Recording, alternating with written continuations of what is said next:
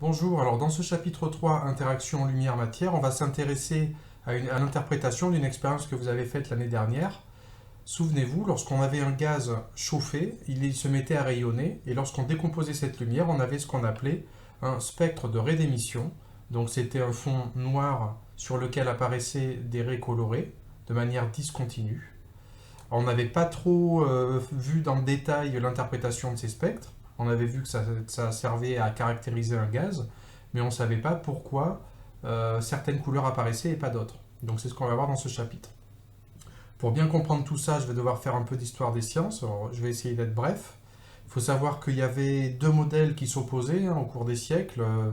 Donc certains pensaient que la lumière était comme une onde qui se propageait, un peu comme les ondes à la surface de l'eau. Et d'autres pensaient que la lumière était constituée de particules, d'un flot de particules qui partaient du Soleil et qui arrivaient sur la Terre. Par exemple, vous voyez ici une illustration égyptienne, une interprétation de la lumière. Donc on voit vraiment qu'au cours des siècles, beaucoup de scientifiques se sont penchés sur la modélisation de la lumière.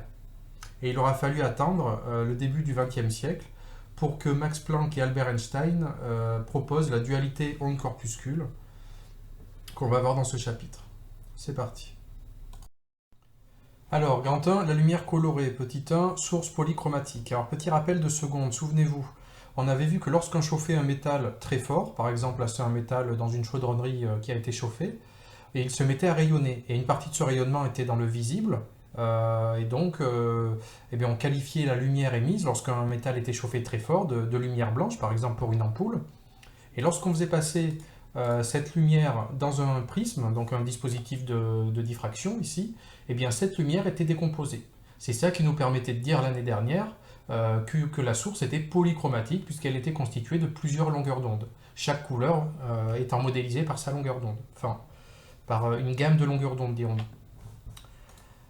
Souvenez-vous, vous avez observé à travers ce spectroscope cette figure, qui était un spectre d'émission, donc qu'on avait qualifié de continu, puisque là, il n'y avait pas de discontinuité dans la couleur. D'accord ? Donc voilà ce qu'on obtient avec une source polychromatique lorsqu'on décompose sa lumière.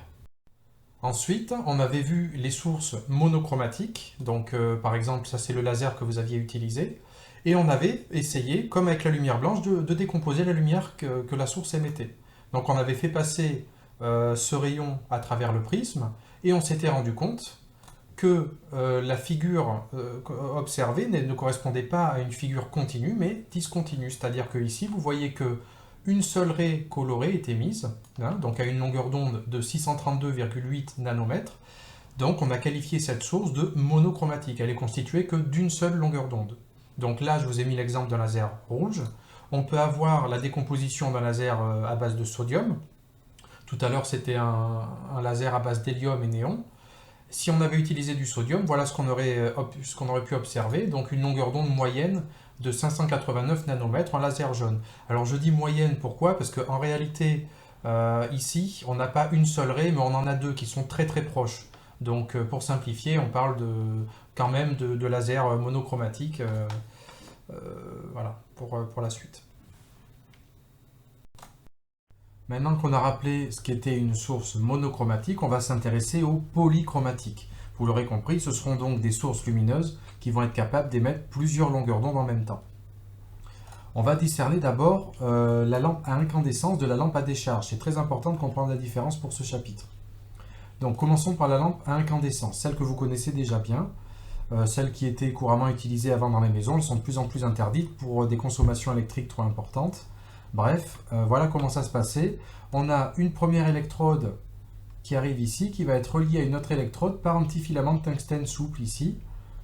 Et hop, on ferme le circuit avec la deuxième électrode, comme ça.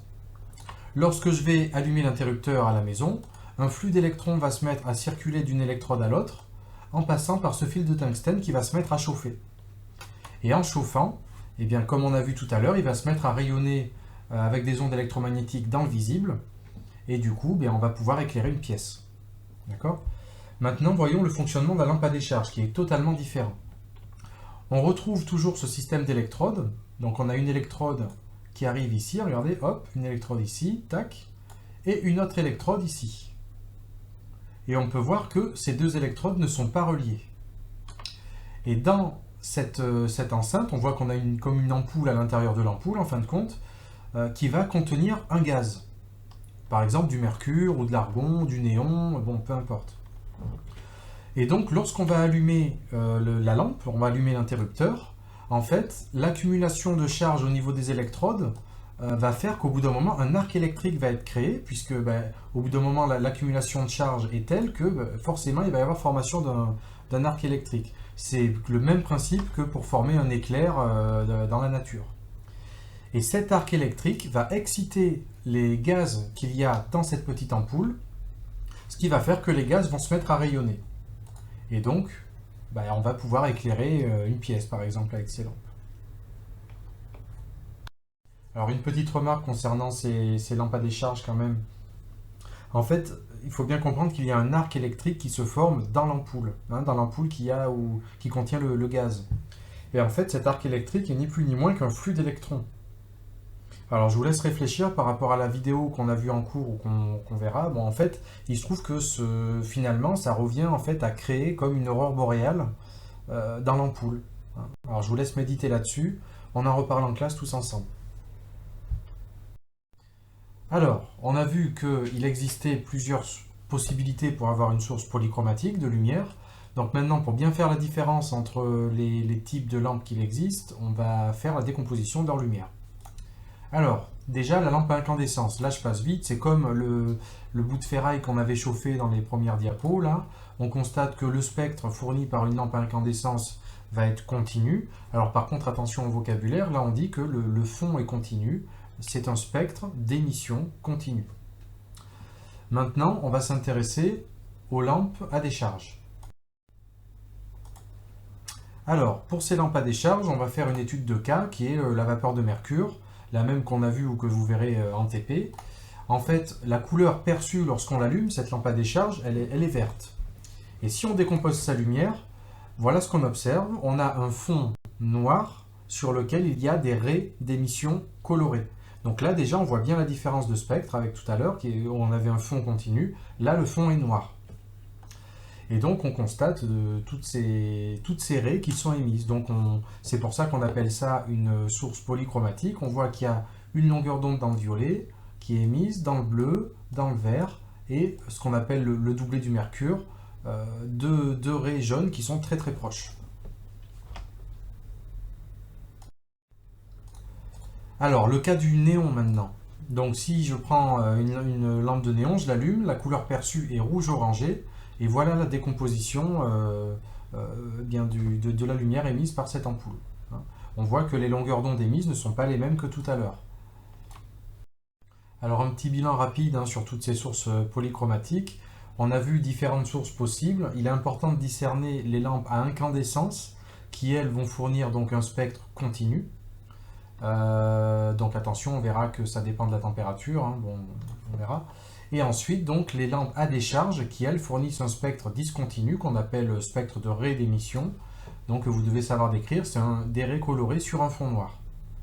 Alors plusieurs questions se posent. La première, c'est qu'est-ce qui va justifier la différence de spectre qu'on obtient en fonction de l'élément chimique, puisqu'il se trouve que chaque élément chimique produirait un spectre de raies d'émission qui serait différent, qui serait caractéristique.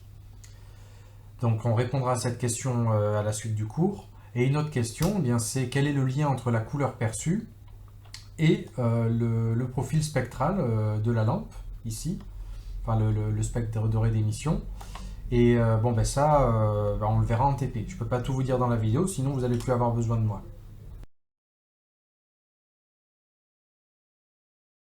Alors pour comprendre la différence majeure qui va expliquer justement les différences de spectre observées, je vais avoir besoin de faire un petit peu d'histoire des sciences. On va devoir faire un petit peu de théorie, on est obligé des fois, pour voir un petit peu comment expliquer tout ça. C'est parti. Ah, l'histoire de grandes découvertes. La lumière, onde ou particule? Comme je le disais, beaucoup de scientifiques au cours des siècles se sont opposés sur le sujet. Là, je vais m'intéresser particulièrement au XVIIe siècle, autour du XVIIe siècle, parce que c'est là que les choses ont commencé vraiment à évoluer avec des scientifiques tels que Newton et Huygens. Donc Newton était plutôt partisan de l'aspect corpusculaire et Huygens de l'aspect ondulatoire. Et tous deux ont essayé d'interpréter la réfraction qui était observée. Souvenez-vous, c'est ce dont on a parlé l'année dernière, à savoir qu'un faisceau lumineux dans un premier milieu était dévié lorsqu'il pénétrait dans un milieu d'indice de réfraction différent. Donc Newton, avec son aspect corpusculaire, expliquait la déviation par un changement de vitesse. En fait, les deux expliquaient cette déviation par un changement de vitesse.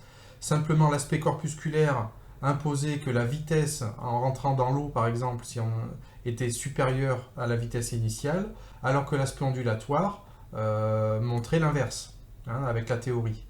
Bon, ce qui est intéressant ici, c'est que l'expérience a fini par donner raison à Huygens. Donc, l'aspect ondulatoire devait prédominer. Le problème, c'est qu'à l'époque, Newton venait de trouver les lois de la gravitation universelle. Donc, lui, il était très très célèbre. Donc, les découvertes de Huygens sont passées un petit peu à côté, hein, parce que Newton était vraiment prédominant. Beaucoup de scientifiques ne juraient que par Newton à l'époque. Un siècle plus tard, c'est le scientifique Augustin Fresnel, partisan de l'aspect ondulatoire de la lumière, qui fait émerger la notion de longueur d'onde en mètres. Il la définit comme étant la distance parcourue en mètres par l'onde pendant une période grand T. Donc à partir de cette définition et de la définition générale de la vitesse, vous pouvez trouver le lien entre lambda, petit c, la célérité de l'onde, et grand T, sa période. Je vous laisse mettre pause et chercher la relation. Allez, je vous vois, mettez pause. Bon. Donc vous avez dû trouver la relation suivante. Lambda égale c fois grand T, la période. On peut faire apparaître également la fréquence. Vous savez que c'est l'inverse de la période. Donc facilement on trouve c fois 1 sur nu. Alors on l'appelle nu. Vous pouvez la noter petit f aussi, cette fréquence. Mais souvent quand on parlera de ce chapitre, on utilisera la notation nu. Hein. Donc cette relation a permis, avec beaucoup d'autres outils théoriques, ça a permis à Fresnel d'expliquer des phénomènes encore inexpliqués jusque-là, donc notamment la notion d'interférence. Alors ça, vous pouvez voir sur une bulle de savon, par exemple, ou à l'arrière d'un CD. Hein, lorsque la lumière arrive à l'arrière d'un CD, on peut voir plusieurs couleurs apparaître. C'est ce qu'on appelle le phénomène d'interférence, qu'on verra un peu plus en détail l'année prochaine, comme d'ailleurs le phénomène de diffraction, que vous pouvez voir ici. Alors, très brièvement, ça consiste à faire passer un laser à travers un tout petit trou, un tout petit obstacle, et ça fait apparaître plusieurs taches, donc une grosse tache centrale, plus large que des petites taches secondaires qu'on voit ici. Voilà, donc c'est Fresnel qui a expliqué en premier ce phénomène. Alors un peu plus tard, c'est le scientifique Maxwell, hein, avec sa belle barbe très tendance à l'époque, qui a réussi à montrer expérimentalement, en s'appuyant sur les travaux de Fresnel, entre autres, que la lumière était en fait le couplage d'ondes électriques et d'ondes magnétiques. Donc vous pouvez voir l'onde électrique ici, l'onde magnétique ici, et c'est ce qui a donné naissance au terme d'onde électromagnétique, dont on s'est servi déjà l'année dernière pour expliquer certaines choses. Alors toutes ces découvertes ont permis d'expliquer un grand nombre de faits observables, mais ne permettaient pas de tout expliquer. Je pense notamment à l'effet photoélectrique que vous pouvez voir ici. Donc ça consiste en fait à émettre un rayonnement sur une plaque de métal, et en fait les scientifiques ont constaté que des électrons étaient arrachés lorsqu'un certain rayonnement, on verra plus tard, arrivait sur la plaque. Donc l'aspect ondulatoire de la lumière ne permettait pas d'expliquer ce phénomène. Les scientifiques ont donc dû continuer de travailler. Donc vous allez voir que cette expérience va mettre quand même un moment avant d'être expliquée, donc pour l'instant ça reste en suspens. Alors un peu plus tard apparaît la notion de quantum d'énergie. C'est Max Planck au début du XXe siècle qui s'intéresse aux travaux de Wien. Souvenez-vous, c'est la loi qui permet de prévoir l'intensité lumineuse en fonction de la température d'un corps. Donc lui va s'intéresser à la modélisation du corps noir. Alors le corps noir, qu'est-ce que c'est ? En gros, c'est un thermos dans lequel on fait arriver un rayonnement. Ce rayonnement va se réfléchir à l'intérieur du thermos et aucun rayonnement ne va en sortir. C'est-à-dire que tout sera absorbé, tellement que ce corps noir va finir par chauffer et émettre sa propre lumière. Donc il s'est rendu compte par des observations que les observations collaient bien avec la loi de Wien, donc le spectre s'enrichissait en longueur d'onde au fur et à mesure que la température augmentait.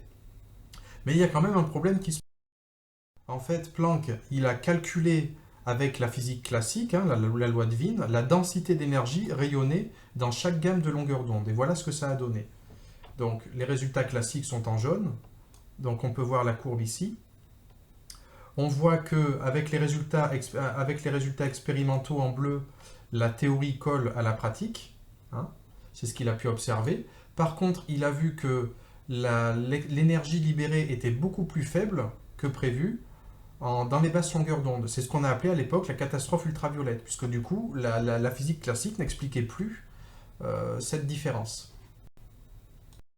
Alors pour comprendre ce phénomène, Max Planck il est passé par une astuce mathématique. Il a supposé que l'énergie électromagnétique, au lieu d'être continue comme dans la théorie classique, elle ne pouvait prendre que des valeurs discrètes, multiples de sa fréquence mu, avec un facteur de proportionnalité qu'on a appelé plus tard la constante de Planck, dont la valeur sera donnée, je vous rassure. Mais en tout cas, ça disait que l'énergie n'évoluait pas de manière continue, mais faisait des sauts.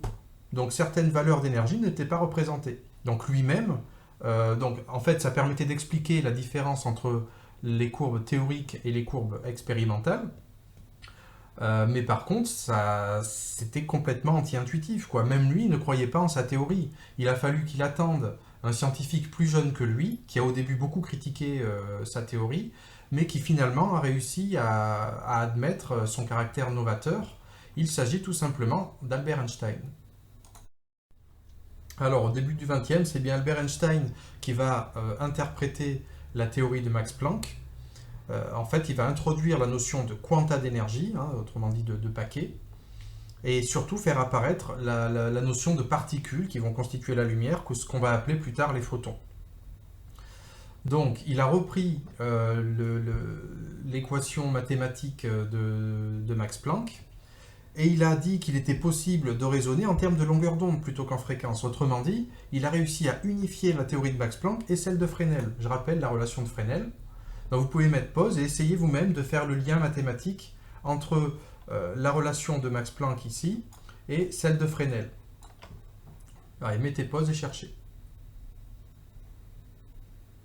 Et oui, c'est bien ça qu'il fallait trouver. Donc il était bien possible de faire un lien entre la longueur d'onde et l'énergie qui lui était associée. Toutes ces théories ont fini par permettre l'explication de l'effet photoélectrique, enfin, et c'est pour ça d'ailleurs qu'il a été récompensé. Albert Einstein, il a eu le prix Nobel. Bon, alors, je ne vais pas rentrer dans le détail de l'explication cette année, on verra ça l'année prochaine, hein, pour ce phénomène. Alors l'apparition de cette nouvelle science, hein, la physique quantique, hein, grâce à Planck et Einstein, a ouvert une nouvelle perspective à Niels Bohr, qui en observant le spectre d'émission de l'hydrogène a essayé de comprendre pourquoi certaines raies apparaissaient et pas d'autres, ou certaines raies étaient absorbées et pas d'autres, on va en reparler dans un instant. Pour ça, il a d'abord fait évoluer le modèle de l'atome. S'il y avait des histoires de paquets d'énergie, c'est qu'il fallait les quantifier, ces paquets d'énergie. Et pour ça, il a établi le modèle que vous avez vu l'année dernière, à savoir que pour un atome, il y a un noyau, il est modélisé par un noyau, et autour de ce noyau, il y a des niveaux énergétiques qu'on a appelés K, L et M, correspondant à des niveaux énergétiques différents, et sur lesquels allaient se disposer les électrons qui gravitent autour du noyau. Chaque couche d'énergie pouvait être quantifiée. Ça a été, là, les grandes découvertes de Niels Bohr. Donc, il a pu établir le graphique suivant. Vous voyez que ici, la couche N égale 1 correspond à la couche K, donc celle de plus basse énergie, hein, ce qu'on a appelé l'état fondamental. Puis, les autres couches, L, M, N, O, P, etc., qui montrent des niveaux d'énergie supérieurs. Et donc, les énergies sont quantifiées ici en électronvolts.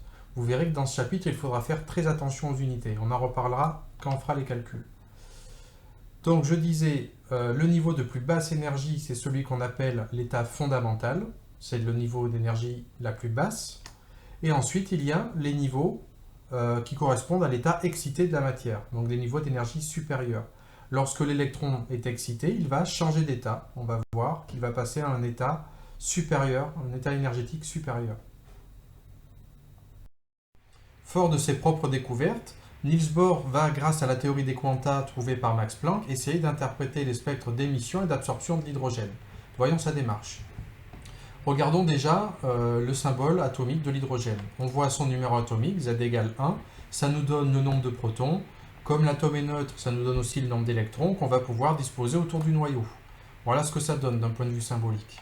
On retrouve le noyau ici, la première couche énergétique, niveau le plus bas, où l'électron va se mettre. Donc avec le diagramme de Niels Bohr, voilà ce que ça donne. On a la couche K, la couche M, la couche L, et l'électron qui se met à l'état fondamental, l'état de plus basse énergie. Maintenant, imaginons que le nuage d'hydrogène gazeux subisse une décharge électrique.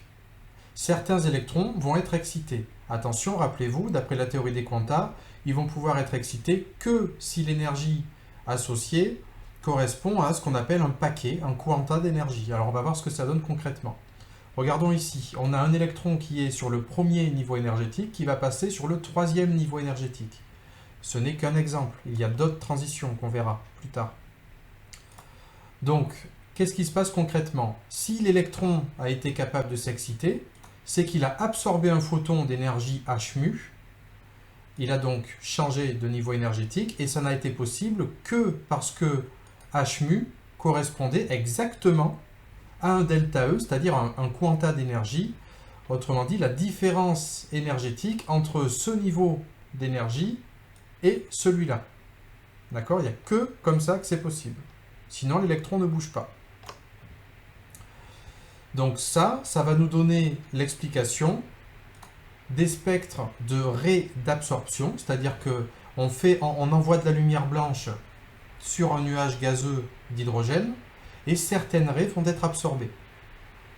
D'accord? Ces raies que vous voyez ici correspondent donc à des transitions particulières d'électrons entre les niveaux énergétiques. Première chose. Imaginons maintenant qu'on arrête de stimuler, qu'on arrête d'envoyer de l'énergie, genre soit sous forme d'énergie lumineuse ou électrique, au nuage d'hydrogène. Eh bien, l'électron ne va pas rester excité indéfiniment et va finir par se désexciter. Vous voyez ici que l'électron passe de la couche 3 à la couche initiale, la couche 1. Et on voit ici qu'il y a émission d'un photon. Alors, avec la théorie de Niels Bohr, qu'est-ce que ça donne? Eh bien, l'électron qui se trouvait sur la couche 3 se désexcite en émettant une énergie qui correspond au delta E de tout à l'heure, c'est le même, et qui correspond à l'énergie du photon qui est renvoyé. C'est-à-dire que l'énergie qu'il a accumulée tout à l'heure est restituée. Et ce photon, donc on a dit tout à l'heure, grâce à Einstein, que la lumière était constituée de photons, une lumière étant constituée d'une infinité de longueurs d'onde. Il faut donc se poser la question, ok, j'ai une énergie h mu qui est restituée sous forme de photons, donc qui va correspondre à une certaine longueur d'onde. Et là, ça va nous donner les explications du spectre de raies d'émission, cette fois. Un atome, en se désexcitant, va émettre des faisceaux lumineux, de différentes couleurs. Donc le tout, c'est de savoir comment prévoir, en fonction de la désexcitation, la longueur d'onde qui sera associée. Est-ce que c'est forcément dans le visible? Est-ce que c'est dans l'invisible? C'est ce qu'on va voir tout de suite. Alors, calcul que vous allez faire pour la séance suivante. Ça va être d'abord de calculer l'énergie du photon produit précédemment. Donc je rappelle que l'électron passait de la couche 3 à la couche 1. Pour vous aider, je rappelle ici les énergies des différents niveaux. Ensuite, vous calculerez la longueur d'onde associée à cette énergie. Et là, pour ça, vous aurez besoin de la correspondance entre l'électron-volt et le joule. Souvenez-vous, pour les formules, je vous ai dit tout à l'heure que les unités étaient très importantes. Ça sera là que vous serez attendu dans les devoirs, entre autres. Pas confondre les électrons-volts et les joules. De toute façon, vous n'arriverez pas à trouver les solutions si vous mélangez les unités. Dernière question, il s'agira de savoir si on peut voir le rayonnement produit lors de cette désexcitation-là. Voilà, bon courage. Et préparez vos questions, parce que si vous galérez, je veux des questions. S'il n'y a pas de questions, ça veut dire que vous n'avez pas essayé. Attention. Bon, avec le même type de calcul, on verrait que il y a d'autres transitions possibles, comme je le disais. Donc voilà une lampe, une lampe à vapeur d'hydrogène. Donc voilà le spectre que fournirait cette lampe lorsque sa lumière serait décomposée. On peut voir ici, par exemple, pour cette raie-là, c'est la raie qui est produite par une transition du niveau 4 au niveau 2, et ici du niveau 3 au niveau 2. Pour le démontrer, vraiment, il suffit de reprendre la démonstration de tout à l'heure, hein. Donc il n'y a pas de difficulté ici. Il faut juste faire attention aux... Alors ce qui est intéressant avec le couplage de toutes ces théories, c'est qu'il est clairement établi que si les atomes sont capables d'émettre un ou plusieurs photons de différentes énergies, ils sont également capables de les absorber. Ce qui va nous donner une correspondance parfaite entre le spectre d'émission d'un atome et son spectre de raie d'absorption. D'accord ? On voit ici l'exemple de l'hydrogène. Et ces spectres sont caractéristiques d'une espèce chimique, donc ils peuvent servir à identifier des substances dans un nuage gazeux. Voilà. Alors les applications en astrophysique ne se sont pas fait attendre, par exemple pour le Soleil, il a été possible en analysant le profil spectral de cet astre, donc je rappelle hein, vite fait, c'est l'intensité lumineuse en fonction de la longueur d'onde. On s'est rendu compte qu'il y avait des creux hein, dans cette intensité lumineuse qui correspondaient au niveau du profil spectral aux raies d'absorption. Et donc, bien, comme on a dit que ces raies d'absorption étaient caractéristiques des éléments chimiques, bien, il a été facile de trouver la composition du Soleil, hein, de l'atmosphère du Soleil, qui était constituée essentiellement d'hydrogène, d'hélium et d'oxygène. On a été également capable, grâce à la loi de Wien, de trouver la température du Soleil, qui est en gros de 6000 Kelvin ou 5,75 10 puissance 3 degrés. Bon. Voilà pour ce chapitre. Donc j'espère que vous avez noté des questions. J'espère surtout que vous avez compris quasiment tout. Donc à bientôt pour la prochaine séance de cours.